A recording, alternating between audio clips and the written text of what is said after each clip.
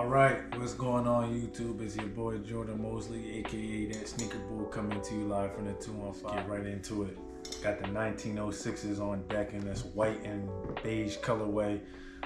You see New Balance doing their thing with this redefined future / protection pack with this quote unquote almost unfinished look with these cutout patches. Starting with the upper, man, you got this super nice buttery white leather. Underneath the white leather you got small trims of this off-white grayish suede, and then you got this white mesh underlay. Next you got on the laces, just regular laces, white laces, all white on the upper, the midsole. This is the love-hate thing.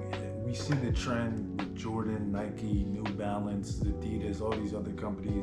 They're going for this aged cream look. And you got the cream midsole on these. The biggest fan of the cream, but just the all-white upper. I needed an all-white New Balance in the collection. To me, these are just hot to me. Like, so cream midsole, energy as always. You got the energy on the 1906s and the 2002s. The outsole is also this cream off-white color.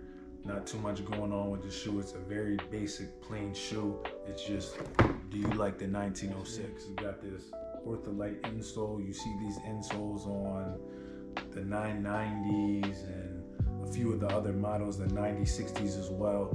Pretty basic insole. It's good, not great. If you wear custom insoles, I would recommend putting your custom insoles in. If you don't wear custom insoles, these will be just fine.